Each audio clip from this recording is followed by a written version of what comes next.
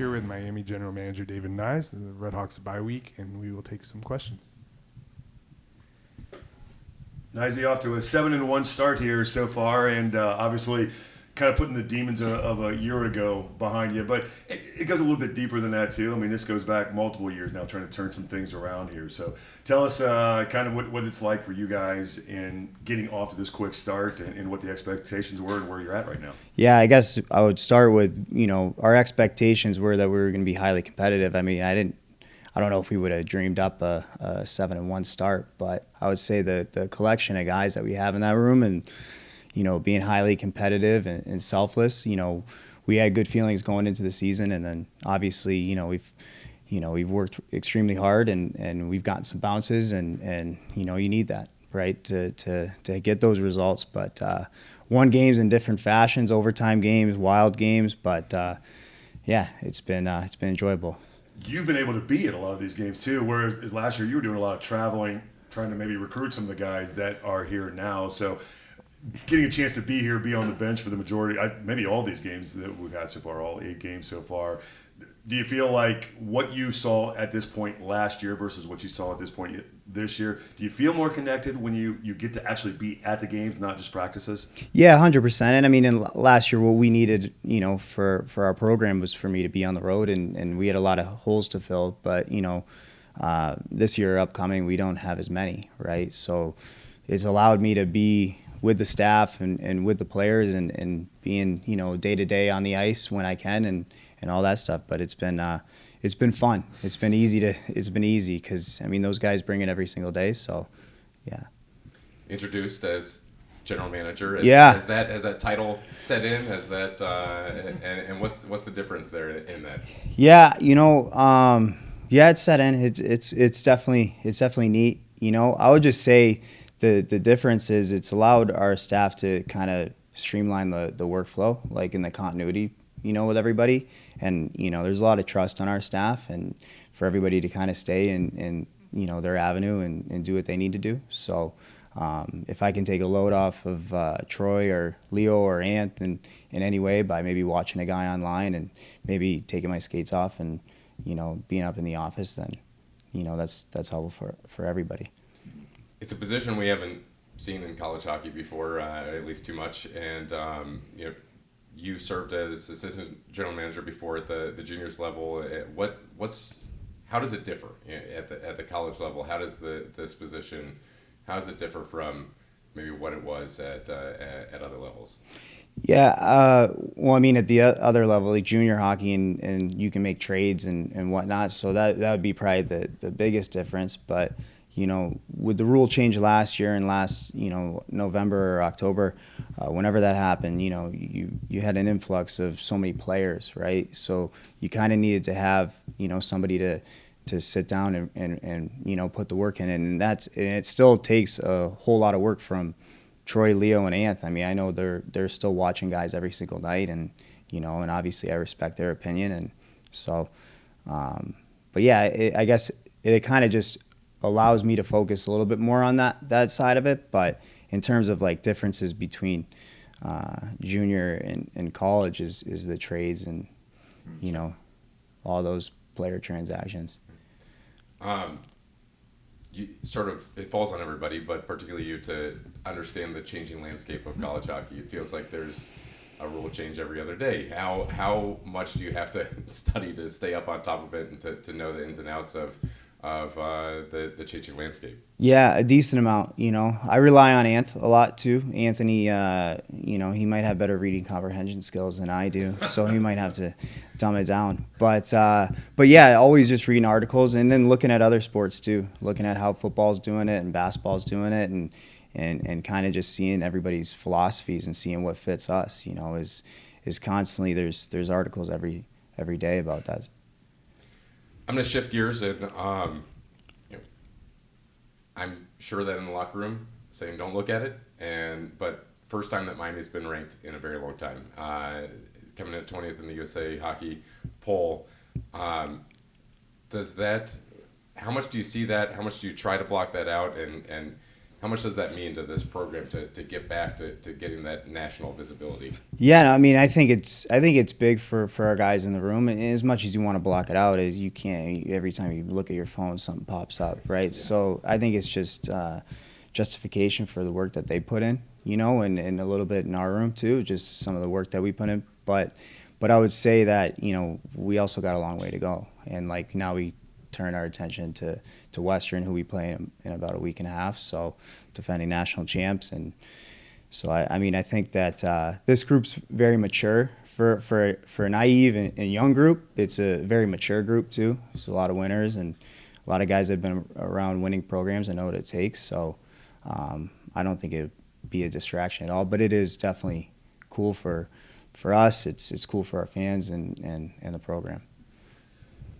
To kind of follow up what he was talking about on the landscape of recruiting nowadays too. So you had to kind of make, you and Anthony and the staff had to make that tough decision to do a roster overhaul, which is now kind of the way of the world. How much do you see, how much of this is going to be permanent? Do you see more changes coming in the rules? Do you maybe tightening up some of the ones that are going on right now? Or I mean, I know you can't dwell in what might be or what hasn't been just yet, but you got.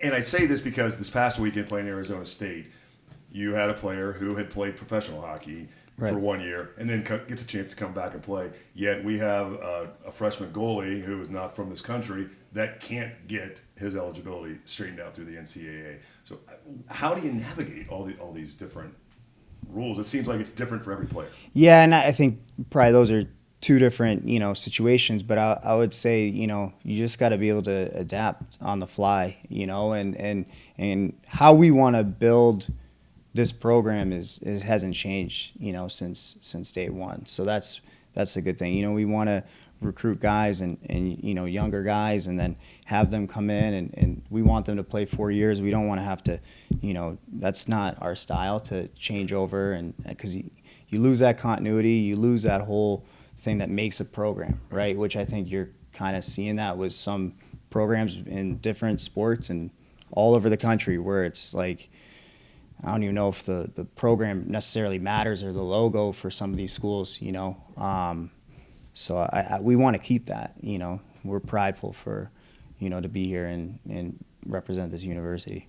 How much of your job now is also going to be to re-recruiting what you have? Because it now is a little bit more, the players have a little bit more flexibility with what they deem as having a chance to go elsewhere. Not only to go to the pros and leave early, right, but to go to another program. Yeah, obviously, I think there'll be a little bit of that for sure. But, when we go through the recruiting process with these kids, like we vet them, through and through. We're families, everything, parents, what their home life is and everything. So we kind of have a good understanding of what makes them who they are. And I think that, we've done a good job of bringing guys in that come from good upbringings and all that stuff. Not saying that, people that jump are whatever, but I just, people that are committed to the process. And I think you got two good examples of maybe it wasn't working out where they were at previously in Ryan Smith and Doug Grimes. Those guys transferred from good programs elsewhere. For sure. Now they're here. Maybe didn't have the success that they thought they would have elsewhere. Now they come here and gotten those opportunities. Yeah, absolutely. I mean, Doug and Smitty, like those guys have been so important for us. Smitty's on a little bit of a tear right now, scoring, but I got to see that firsthand. Coaching him, and then I got to see firsthand. Doug was a thorn in our side when we were in Tri-City. When he was in Lincoln, he was always yelling at the bench, and so we had the opportunity to potentially get him, and that was both those guys. It was pretty easy decisions. What do you do now this off week to keep that momentum to go into a week from now playing the defending national champs?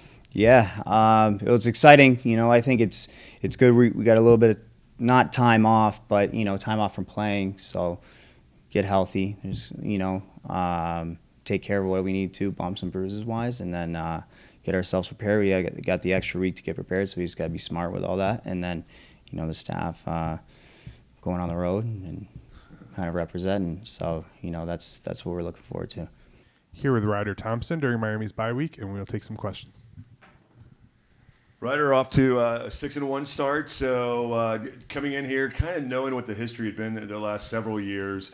What's it like for you guys now to get off to such a quick start, and how have things gone for you so far? Yeah, it's been awesome. I guess you could say it's a little bit of a relief to come in here and have the start of the season that we've had so far. But I mean, kudos to the coaches; they've done a great job mentoring us on and off the ice. It's been a whole group effort from the whole staff, Gord, off the ice. But at the same time, everyone's been doing it for the guy next to them in the dressing room, and I think it's all just been working out. And I know coach has told us multiple times that it isn't necessarily about what the results were going to be, but it was changing the mentality of what was around here. But the results have also come. How aware were you guys of what had happened over the last maybe 10 years or so, not just the last couple of years, and then trying to change that mentality? Yeah, I think for a lot of us coming in here, we didn't really know to the extent what had been happened over the past 10 years. I think looking over the last few years, the struggles, but also like what you said, like within the last 10 years, there's a lot of good teams that have come through here, and we're just been trying to get back to that. And I think we've been doing a good job of that so far. I think we have a lot of selfless guys on our team, and we've just been pushing every day, on the ice, off the ice. There's been some days where it's some grinds, but everyone's been showing up and putting their best foot forward, so it's all been great. You mentioned the selfless attitudes, and guys are blocking the shots all over the place. You got 17 blocks on the season. What is it about the mentality to give up the body to take those shots for your goalie, for the guys around you? Yeah, I think a lot of it goes back to our core principles as a team. We're just trying to stick to our identity and do things that work well and that attribute to a win. So I think when we're just doing little things like that, it's little things that we celebrate on the bench. So I think it's huge for our team energy wise, and obviously to help Drobes out there back there, not having to save one more shot helps too. So, how about his performance so far this season? Yeah, expected to have another goalie, have Shika out there, at least splitting time with Mateo, and Mateo has taken a run with it. And what has he meant for the team? Yeah, he's been the backbone for sure. I think we've given up a few too many breakaways for him. I think we've tested him a few more times than what he would have liked, but he's so cool, calm, and collected back there. And he's just a great guy on the ice and off the ice, and definitely a guy you want on your team, you don't want to be shooting against. Despite the lack of, or the relative inexperience of college hockey in the locker room, you've got a lot of experience playing hockey. You got some older guys, some older freshmen, sophomores that are here. How do you share leadership through the locker room, and how have you been able to help lead this team? Yeah, I think we have a lot of guys that are able to lead in different aspects. We have a lot of guys that are really vocal. I think for a guy like myself, I'm a little bit quieter in the dressing room, but I think my actions kind of speak to my volume. I think I'm a guy that really prepares well off the ice and is always going to drive the drills on the ice too. So I think just everyone has that competitive nature, and I think that's something that I bring to the team where, if there's days that guys aren't really willing to show up to the rink and do something, they'll see me here doing something. So I think it kind of motivates, and vice versa. When I'm not feeling it, some other guys in there doing it too. So I think just collectively we've been great with that. How about blending all these guys together too? I mean, so coming from so many different varieties, you've got the U.S. kids play junior hockey, Canadian kids playing junior hocky. You mentioned Mateo; he came from U Sports, the Canadian university system. So you're one of the Canadian guys. Blending all this stuff together, what has that been like, trying to put all those styles of hockey together? Yeah, I think it sounds a little complex outside of it, but I think once you get inside the walls of the dressing room, I think we all just buy in, and we're not trying to do something more than the other guy. We're all just collectively doing our own job, and I think that's what's been working for us. But I think culture-wise, we've all just bought in, and I think that's been the recipe for us so far. And we joke about Canadian, American, Four Nations, that kind of stuff, but it's all been fun, and it's been great getting to know these guys so far. All right, give us a little geography. Where's Russell, Manitoba? Yeah, I've answered this question a few more times. How did you get to Oxford, Ohio? Yeah, so the best way that I explain it is it's right above North Dakota, and it's as far west in Manitoba. So it's right on the border of Manitoba and Saskatchewan. It's a small town of 1,700 people. So getting to Oxford, I actually did the drive by myself. Yeah, So it was about 20 hours. But no, I've been used to just with junior hockey playing in Oregon. I've done that drive a few times myself. So Yeah, and I was going to ask that. So, yeah, you did play your junior hockey in the WHL in Portland. So, was college your goal all along? Was wanting to play U.S. University, NCAA hockey kind of the goal? yeah, I mean, it wasn't on my radar at all going into my 20-year-old season. Just didn't really know when this rule change was going to happen, if it was going to open up or if it was going to be in a couple of years. So going into the season, I just had my sights set on hopefully signing a contract. If not, then I would have been playing U Sports, but couldn't have came at a better time. And when David and Anthony reached out, it was a no-brainer for me. Oh, that's very cool to hear. And then what about the adjustment now coming back to college life? What was the Canadian junior world like, school-wise, academic-wise, and then now coming to a school like Miami University? Yeah, I was fortunate to play with Portland for 5 years, and of the 3 years that I was graduated, I was taking some community college classes. They require that at Portland, so that was really, really big for transitioning here to Miami. But yeah, getting back into the school life here was a little bit of an adjustment and a little bit overwhelming at some times, but I think I've set a really good routine so far now and getting the hang of things. All right, one final question. What's the bye week this week? So what are you guys doing? How do you kind of stay keeping the momentum of a 6-1 start? Yeah, I think early in this week we've just been taking care of our bodies. I think rest has been a big thing for us, but I think just keeping our foot on the gas too. I think, just because we have a bye week doesn't mean it's time to sit back and relax. So I think just keeping that same intensity in practice will be huge for us, and I think it'll be great going into Western.